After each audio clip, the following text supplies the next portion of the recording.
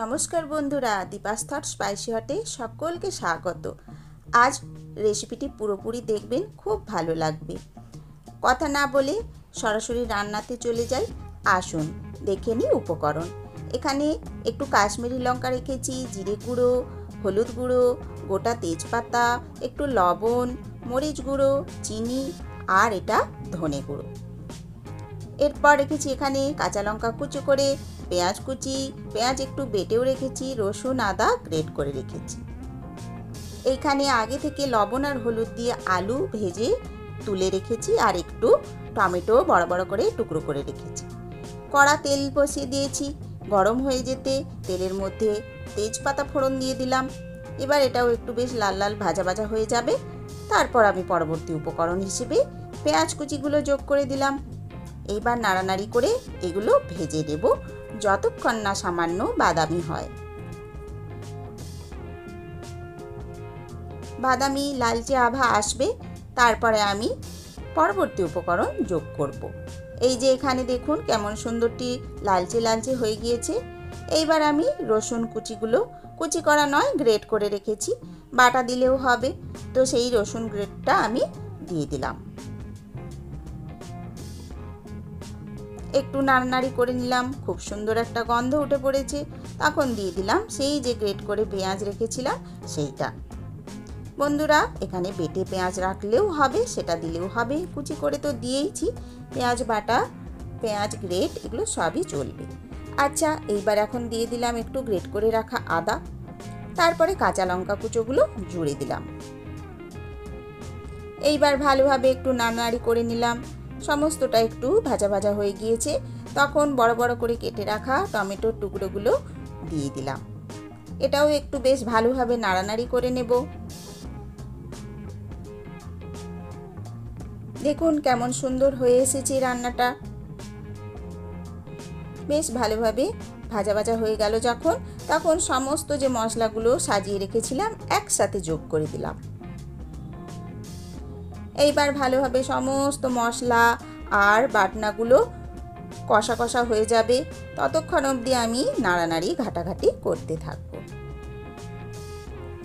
বন্ধুরা, আমার পাশে আপনারা সবসময় থাকবেন, সমস্ত রেসিপি শুরু থেকে শেষ পর্যন্ত দেখবেন, আর একটা লাইক দিতে একদম ভুলবেন না। আমার উৎসাহ অনেক গুণ বেড়ে যায় বন্ধুরা একটা লাইক দিলে। আর রেসিপিটি দেখে যদি আপনাদের ভালো লেগে থাকে অবশ্যই সাবস্ক্রাইব করবেন বন্ধুরা। আচ্ছা, এবার রান্নায় এলাম। দেখুন ঘাটাঘাটি করে নেওয়ার পর এতটা কষা হয়েছে মশলাটা। এইবার আমি দেব চিকেনটা আগে থেকে নুন আর একটু ভিনিগার দিয়ে ম্যারিনেট করে রেখেছিলাম। তারপর অনেকটা জল বেরিয়ে গেছে, সেই জন্য আমি পুরোটা ঢেলে দিতে যাচ্ছিলাম, কিন্তু এতটা পরিমাণ জল আমি ছেঁকে এই জন্য হাতের সাহায্যে তুলে তুলে দিলাম, পুরোটা জলসহ আমি দিলাম না। এবার দেখুন বন্ধুরা, চিকেনটা এবার সমস্ত মশলার সাথে আমি একটু নাড়াঘাটা করে নিচ্ছি। একটু কষা কষা হবে, এখানে আমি আঁচটা একটু বাড়িয়ে রেখেছি। একটু সামান্য ভাজা ভাজা হয়ে যাবে, একটু ঢাকাও দিয়ে দিলাম। দেখুন জল এখনও ছাড়েনি, আঁচটা বেশি বাড়ানো আছে তাই জলটা বেরোচ্ছে না। বন্ধুরা, এবার একটু সামান্য ভাজা ভাজা হয়ে যাওয়ার পর আমি আঁচটা মৃদু করে দেব।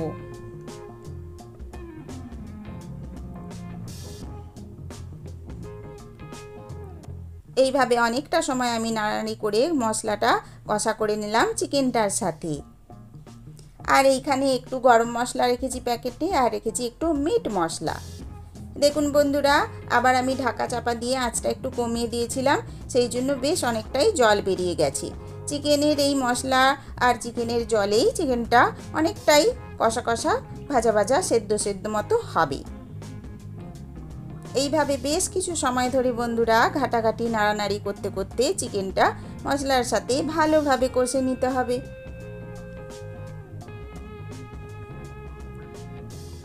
কষা হয়ে যাওয়ার পর যেই জলটুকু বেরিয়েছিল সেটা শুকনো হয়ে গিয়েছে।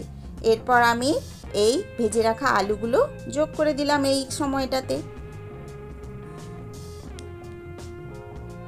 এইবার আলুর সাথে আবার মশলাগুলো যেন ভালোভাবে মাখামাখি হয়ে যায়, সেই জন্য আমি অনেকটা সময় সমস্ত চিকেন, মশলা, আলু সমস্তটাই একসাথে নাড়ানাড়ি করলাম, কষা করলাম। তারপর দেখুন বন্ধুরা, বেশ অনেকটা সময় পরে যখন বুঝলাম এইবার জল দিয়ে দেওয়া প্রয়োজন, তখন আমি হালকা গরম জল তার মধ্যে দিয়ে দিলাম। আর ওই যে জল যেহেতু দিয়েছি, জলের আন্দাজে আবার একটু লবণও যোগ করে দিলাম। এইবার বন্ধুরা আঁচটা কমিয়ে দিলাম, দিয়ে এই ঢাকা চাপা হয়ে দিয়ে দিলাম অনেক সময় ধরে সেদ্ধ হওয়ার জন্য। ঢাকনা খুলে এবার দেখছি আলুটা, চিকেনটার কি অবস্থা এসেছে।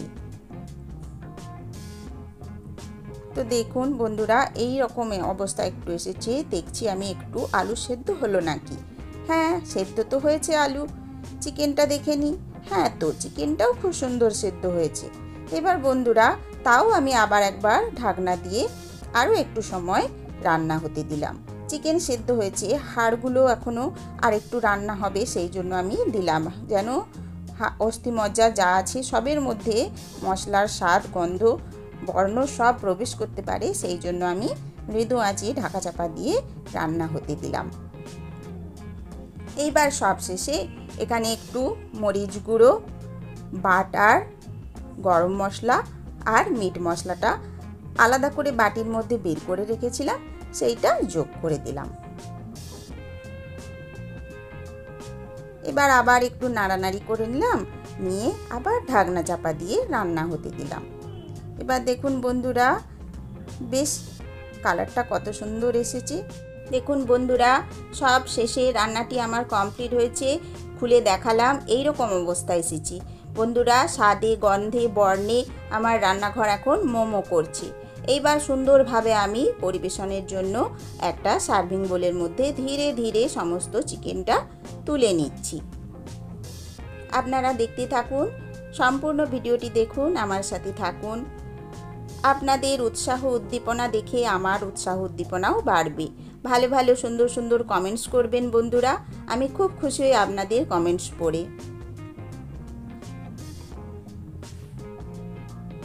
এইবার ভাতের সাথে, রুটির সাথে আমরা মনের মতো করে সাজিয়ে পরিবেশন করে নেব, খেয়ে নেব আনন্দের সাথে। আপনারাও এইভাবে রান্না করে দেখবেন, আশা করি খুবই ভালো লাগবে। এই যা, আজকে ছড়াটা তো এখনো হলো না, চলে আসুন ছড়া শুরু করে দিই। ধামসা আলুর সাথে চিকেন খেতে লাগে দারুণ, কালার দেখে জিভের জল শোনে না যে বারণ। টেস্টি চিকেন ঝোল দিয়ে আজ খাওয়া হবে ভাত, চেটে পুটে ফিনিশ হবে সকলেরই পাত। যদি বেশি হয় চিকেন, ডিনার হবে রাতে, জমে যাবে খাওয়া যদি রুটি থাকে সাথে। আহা কি টেস্টি। তো বন্ধুগণ, আজকের মতো রান্নাবাড়া এখানেই শেষ করলাম। ভালোবাসা দিয়ে আমাকে সাপোর্ট করবেন প্লিজ, আর এইভাবেই আমাকে একটু একটু করে সামনের দিকে এগিয়ে নিয়ে যেতে সাহায্য করবেন প্লিজ। তো আজকের মতো বিদায়, আবার হাজির হব নতুন ভিডিও আর নতুন ছড়া নিয়ে। সবাই ভালো থাকবেন, টাটা।